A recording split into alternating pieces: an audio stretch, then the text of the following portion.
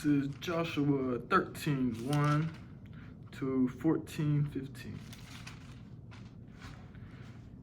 When Joshua was an old man, the Lord said to him, "You're growing old, and much land remains to be conquered. This is the territory that remains: all the regions of the Philistines and the Geshurites, and the larger territory of the Canaanites, extending from the stream of Shihor on the border of Egypt northward to the boundary of Ekron. It includes the territory of the 5 Philistine rulers of Gaza, Ashdod, Ashkelon, Gath, and Ekron. The land of the Avites in the south also remains to be conquered. In the north, the following area has not yet been conquered: all the land of the Canaanites, including Mearah, which belongs to the Sidonians, stretching northward to Aphek on the border of the Amorites, the land of the Gabalites, and all the Lebanon mountain area to the east, from Baal-Gad below Mount Hermon to Lebo Hamath, and all the hill country from Lebanon to Misrephoth-Maim, including all the land of the Sidonians. I myself will drive these people out of the land ahead of the Israelites. So be sure to give this land to Israel as a special possession, just as I have commanded you. Include all this territory of Israel's possession when you divide this land among the 9 tribes and the half-tribe of Manasseh."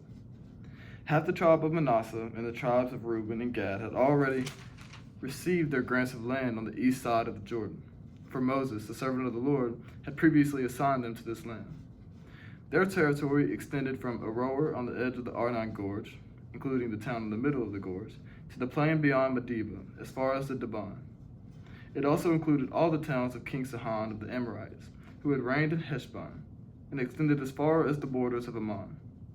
It included Gilead, the territory of the kingdoms of Geshur and Makkah, all of Mount Hermon, all of Bashan as far as Salecah, and all the territory of King Og of Bashan, who had reigned in Ashtaroth of Edrei.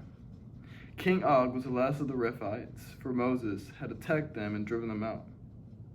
But the Israelites failed to drive out the people of Geshur and Makkah, so they continued to live among the Israelites to this day. Moses did not assign any allotment of land to the tribe of Levi. Instead, as the Lord had promised them, their allotment came from their offerings burned on the altar to the Lord, the God of Israel. Moses had assigned the following area to the clans of the tribe of Reuben. Their territory extended from Aroer on the edge of the Arnon Gorge, including the town in the middle of the gorge, to the plain beyond Medeba. It included Heshbon and the other towns on the plain: Dibon, Bamoth-Baal, Beth-Baal-Meon, Jahaz, Kedemoth, Mephath, Kiriathon, Sibmah, Zeresh Shahar on the hill above the valley, Beth Peor, the slopes of Pisgah, and Beth Jehishmoth. The land of Reuben also included all the towns of the plain and the entire kingdom of Sihon.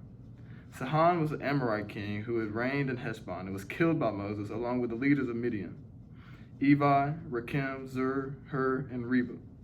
Princes lived in the region who were allied with Sihon. The Israelites had also killed Balaam, son of Beor, who used magic to tell the future. The Jordan River marked the western boundary for the tribe of Reuben.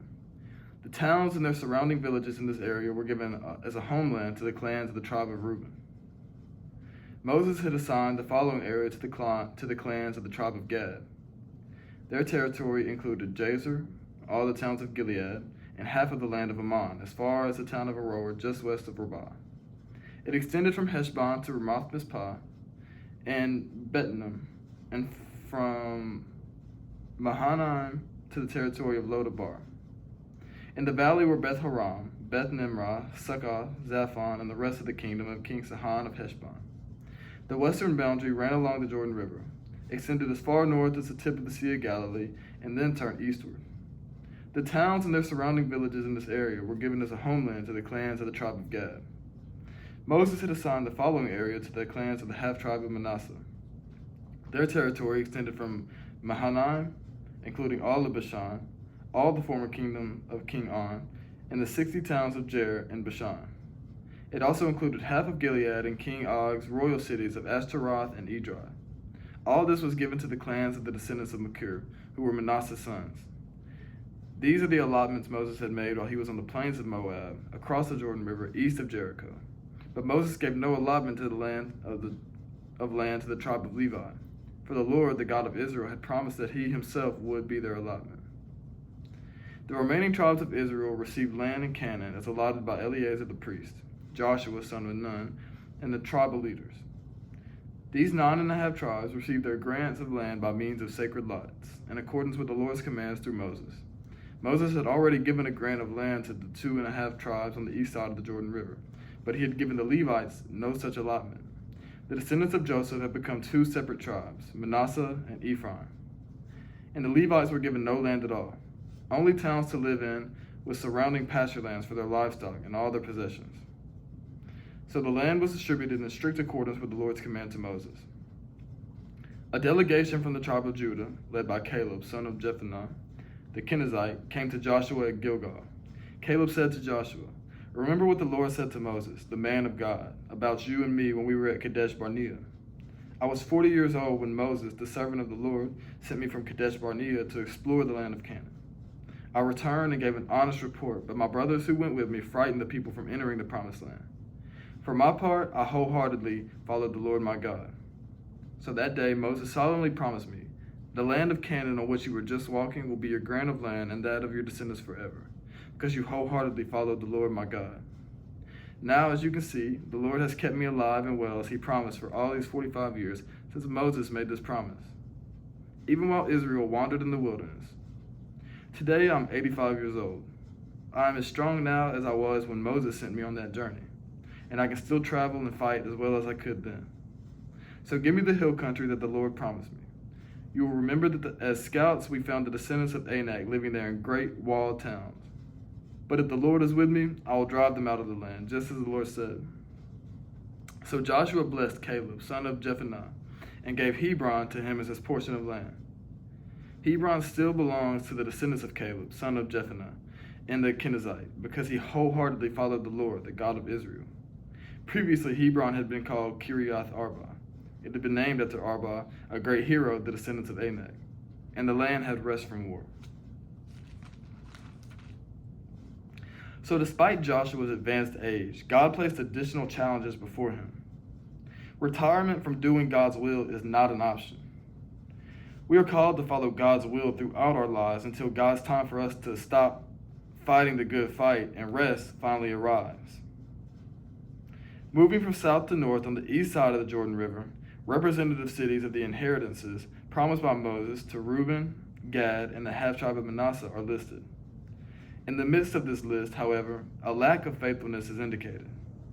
Israel failed to trust God sufficiently to drive out the Geshurites and the Maccathites. Even though we're tempted to blame God when things don't turn out the way we hoped, we should look first at where our faith has failed rather than at where we think God has failed. So that no one can mistakenly believe that God did not give the tribes east of the Jordan an inheritance equal to that of the tribes living in the Promised Land, a detailed listing of the territories granted to the tribes of Reuben, Gad, and the half-tribe of Manasseh is offered here. Even though these tribes were physically separated from their fellow Israelites west of the Jordan, they were not to be separated spiritually. In discouraging times, when we only see problems, it can be helpful to make a detailed list of what God has provided for each of us. As we become aware of our many gifts from God, it becomes more and more difficult to be disheartened over temporary inconveniences. The God who provided the blessings of yesterday is there for us today. The leaders of Israel did not forget God's command given by Moses, but were obedient to it, resulting in the total and proper apportionment of the Promised Land. As it was for the Levites who settled on the east side of the Jordan, so it was also for those Levites who served God in the Promised Land. They received no specific territory for an inheritance. God himself was their inheritance. God, however, did not leave them homeless to roam the countryside, but gave them cities in which to live and pasture lands to manage. What a great reminder to us as we compare ourselves with others. When we focus on what we have or don't have, we often forget that our greatest inheritance is God through Jesus Christ. Advanced physical age did not deter Caleb from seeking the inheritance promised to him by God as a reward for his faith when he served under Moses as a spy in the Promised Land. Age alone does not make a person feel or act old. In fact, Caleb willingly sought to enter the battle against some of the more powerful armies that inhabited the land. Because he trusted God fully, Caleb succeeded in securing his promised inheritance. We need to continue to realize that in our own lives, if God wants to grant us victory over any problem we encounter, that victory is already secured.